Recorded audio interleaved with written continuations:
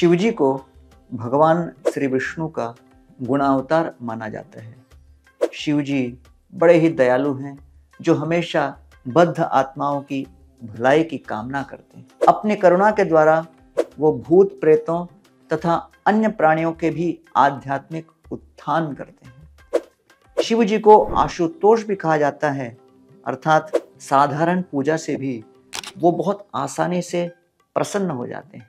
श्रीमद् भागवतम में शिवजी को सबसे महान वैष्णव के रूप में भी महिमा मंडित किया गया है। निम्न गानाम यथा गंगा देवानाम अच्युतो यथा वैष्णवानाम यथा शंभु पुराणानाम इदम तथा। जिस प्रकार गंगा देवी सभी नदियों में सबसे महान है, भगवान श्री अच्युत देवताओं में महान है, श्रीमद् भागवत सभी पुराणों में सबसे महान है, उसी प्रकार शिवजी सभी वैष्णवों में सबसे महान बताए गए हैं। शिवरात्रि के अवसर पर आज हम शिवजी के विषय में 5 कथाएं देखेंगे। पहला, दक्ष प्रसंग। दक्ष एक शक्तिशाली प्रजापति और सती के पिता थे। उन्होंने एक भव्य यज्ञ समारोह आयोजित किया, लेकिन सती के पति भगवान श्री शिव का अनादर किया। शिवजी ने दक्ष के सारे अपमान सहन कर लिए, यद्यपि उनका कोई दोष नहीं था।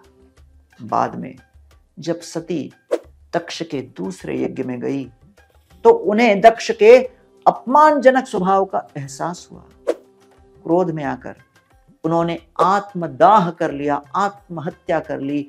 इस दुख में शिवजी ने वीरभद्र के माध्यम से दक्ष के यज्ञ को नष्ट कर दिया और दक्ष का सर काट दिया। देवताओं के आग्रह पर शिवजी ने दक्ष को क्षमा कर दी और एक बकरे का सर दे दिया। इसके पश्चात दक्ष ने शिवजी से क्षमा याचना की और उन्होंने दक्ष को क्षमा कर दिया। यह प्रसंग शिवजी की शक्ति और करुणा दोनों को दर्शाता है। दूसरा, हलाहल विष। समुद्र मंथन के समय एक घातक हलाहल विष तैयार हुआ, जो ब्रह्मांड को नष्ट कर सकता था। सभी प्राणियों की रक्षा करने हेतु शिवजी ने कहा, तप्यन्ते लोकतापेन साधवो प्रायशो जना परम आराधनम तद्धि पुरुषस्य अखिलात्मना।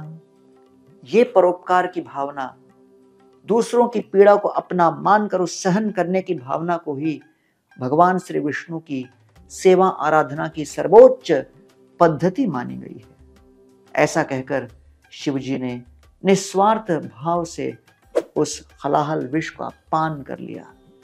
उनका गला नीला पड़ गया, जिससे शिवजी का नाम नीलकंठ पड़ गया। इस निस्वार्थ कार्य ने ब्रह्मांड के कल्याण के लिए शिवजी की करुणा और बलिदान को प्रदर्शित की। इस दिव्य कार्य को देखकर देवताओं और असुरों ने निस्वार्थता, भक्ति और शिवजी की अद्वितीय परोपकारिता का मूल्य सीखा। तीसरी कथा, त्रिपुरारी। देवताओं और राक्षसों के बीच हुए युद्ध में पराजित राक्षसों ने मय दानव की शरण ली। मय दानव ने 3 अदृश्य किले बनाए, जहां राक्षसों ने तीनों लोकों पर हमला करने की योजना बनाई। परेशान देवता सहायता के लिए भगवान शिवजी के पास पहुंच गए। सुनहरे बाणों से सुसज्जित भगवान शिवजी ने अदृश्य किलों को नष्ट कर डाला। तब मय दानव ने एक अमृत भरा कुआं तैयार किया, जिससे राक्षस अजेय हो गए। इसका प्रतिकार करने के लिए ब्रह्मा जी ने एक बछड़े का रूप लिया और श्री विष्णु ने एक गाय का, और उन दोनों ने सारा अमृत पी गए। उसके पश्चात भगवान शिव ने राक्षसों के निवास को नष्ट कर दिया और त्रिपुरारी की उपाधि अर्जित की। चौथी कथा, प्रचेतास। राजा प्रचनि बर्हिचत्य पुत्र प्रचेतास गहन ध्यान करने के लिए जंगल की ओर गए। उनके समर्पण से प्रसन्न होकर भगवान शिव उनके सामने प्रकट हुए। उनकी निष्कपटता को पहचानते हुए उन्होंने शिवजी की भक्ति पर जोर देते हुए सर्वोच्च निरपेक्षता का ज्ञान प्रदान किया। उन्होंने उनसे कहा, अथ भगवतायुयम प्रियाहस्थ भगवान यथा नमत भागवतानां च प्रेयान अन्योस्ति करहिचित। आप सभी भगवान श्री विष्णु के भक्त हैं। जितना भगवान श्री कृष्ण मेरे लिए सम्माननीय हैं, उतना ही आप सभी भी मेरे लिए सम्माननीय हैं। और आप सभी भक्तगण भी मुझे बहुत प्रेम करते हैं। शिव जी ने उन्हें आध्यात्मिक अभ्यास में संलग्न होने और एकजुट होकर भक्ति करने की सलाह दी। भगवान शिव जी के इस दयालु मार्गदर्शन से प्रचेता की समझ भी बढ़ गई, जिससे वे भक्ति के मार्ग पर आगे बढ़े।